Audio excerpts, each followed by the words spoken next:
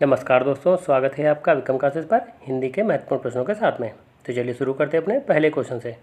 थाली का बैंगन होना मुहावरे का अर्थ है। सही आंसर है बी, सिद्धांतहीन व्यक्ति। क्वेश्चन नंबर 2, गंगा नहाना। सही आंसर है सी, कार्य पूरा कर निश्चिंत होना। क्वेश्चन नंबर 3, इधर उधर में कौन सा समास है। सही आंसर है बी, द्वंद्व समास। द्वंद्व समास जो है एक दूसरे के विलोमार्थी होते हैं और इसमें दोनों पद प्रधान होते हैं। आप देखें द्वंद्व, तो दोनों पद इसमें प्रधान होंगे और या तथा इन सभी का जो है विग्रह करने पर बीच में इनका प्रयोग होता है और इसमें योजक चिन्ह का भी प्रयोग किया जाता है। तो आप देखें इधर उधर के बीच में योजक चिन्ह का प्रयोग किया गया है और इधर उधर एक दूसरे के विलोमार्थी भी हैं। तो इस तरीके से ये द्वंद्व समास होगा। क्वेश्चन नंबर 4, निर्झर में कौन सी संधि है। सही आंसर है ए, विसर्ग संधि। निर्झर का जो संधि विच्छेद होगा वो होगा नि धन झर। तो आप देखें इसमें रेफ वाली जो रा का प्रयोग किया गया है तो उसकी जगह पर जो है दो बिंदियां मतलब विसर्ग का प्रयोग किया गया है।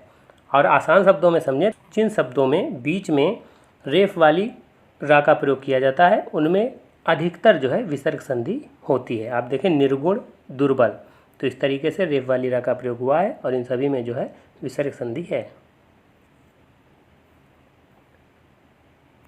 क्वेश्चन नंबर 5, निम्न में पर्यायवाची शब्दों का कौन सा मिलान सही नहीं है। सही आंसर है डी, पक्षी। पक्षी के जो पर्यायवाची होते हैं वो खग, विहग, द्विज होते हैं, जबकि निकुंज जो है ये बाग मतलब बगीचे का पर्यायवाची है। रक्त का शोणित होता है, बाण का आशुक होता है और वार जलद होता है। क्वेश्चन नंबर 6, जिसका अनुभव इंद्रियों द्वारा न हो सके वाक्य के लिए एक शब्द है। सही आंसर है बी, अतीन्द्रिय। क्वेश्चन नंबर 7, निष्फल न होने वाला कहलाता है। सही आंसर है सी, अमोघ। क्वेश्चन नंबर 8, वर्तनी की दृष्टि से कौन सा शब्द सही है। सही आंसर है डी, सन्यासी।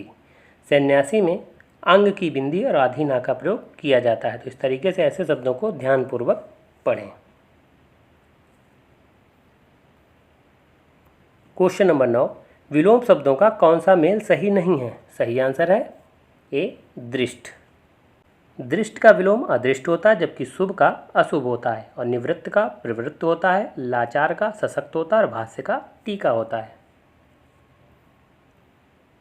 क्वेश्चन नंबर 10, अविकारी शब्द क्या होता है। सही आंसर है डी, अव्यय, जबकि संज्ञा, सर्वनाम, विशेषण और क्रिया ये सभी जो शब्द होते हैं ये सभी शब्द विकारी कहलाते हैं।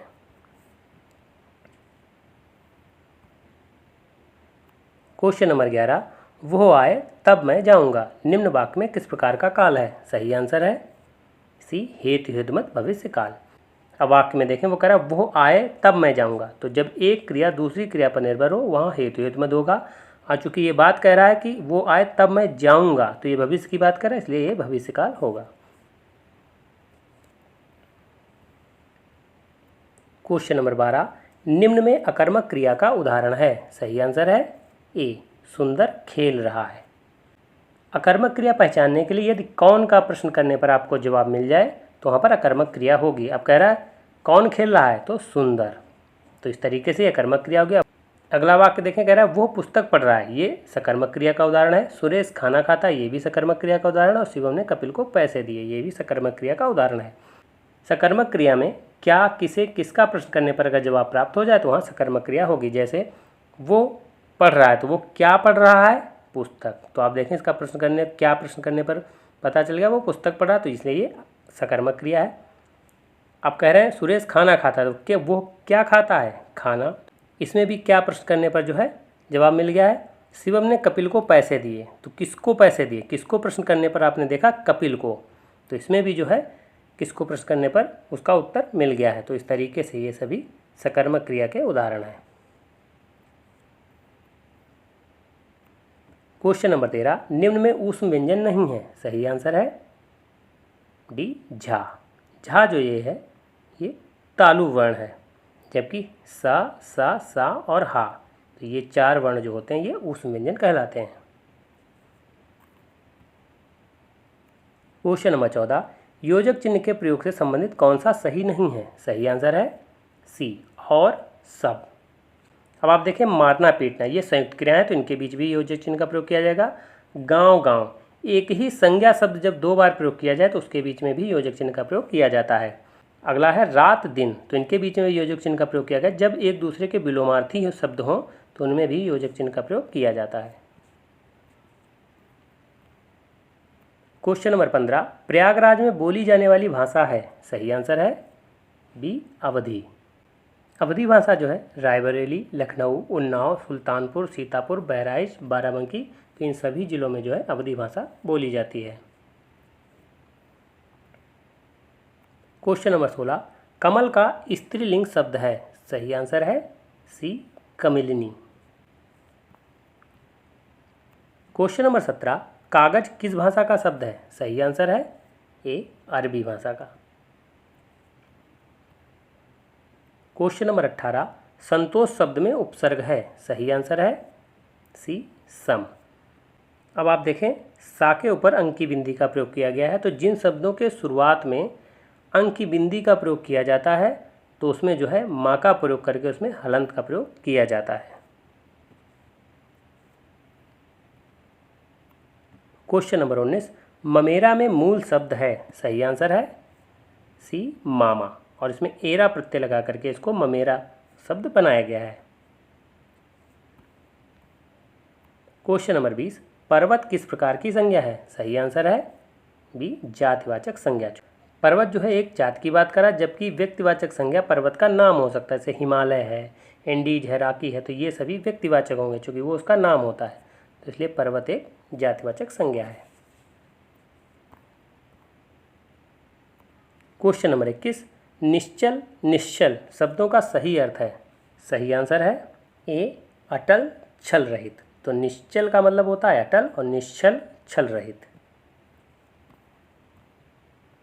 क्वेश्चन नंबर 22, निम्न में तद्भव तत्सम शब्दों का कौन सा मिलान सही नहीं है? सही आंसर है सी, ऊखल। ऊखल का जो तत्सम शब्द होता है वो उदखल होता है, जबकि अखरोट का छोट होता है, कूदना का कुर्दन और इतना का ईयत होता है। क्वेश्चन नंबर 23, हाहाकार हुआ क्रदन में, कठिन वज्र होते थे चूर, पंक्ति में रस है? सही आंसर है बी, भयानक रस। भयानक रस का मतलब होता है इसके अंतर्गत डरावने दर्द या चिंता आदि का भाव उत्पन्न होता है। आप देखें हाहाकार, तो एक तरीके से भय की बात करा, डरावने की बात करा, इसलिए इसमें भयानक रस होगा।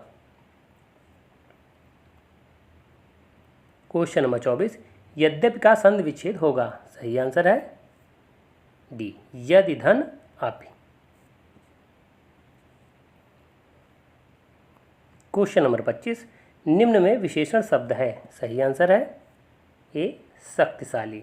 विशेषण शब्द का मतलब होता है कि जिसके पहले संज्ञा का प्रयोग कर हो जाए तो वो विशेषण शब्द कहलाएगा। जैसे वो आदमी शक्तिशाली है, तो आदमी क्या है, एक संज्ञा है और उसमें शक्तिशाली का प्रयोग हो गया है, तो इस तरीके से शक्तिशाली विशेषण शब्द होगा। जबकि शिक्षा, सागर और स्तुति ये सभी विशेष शब्द हैं।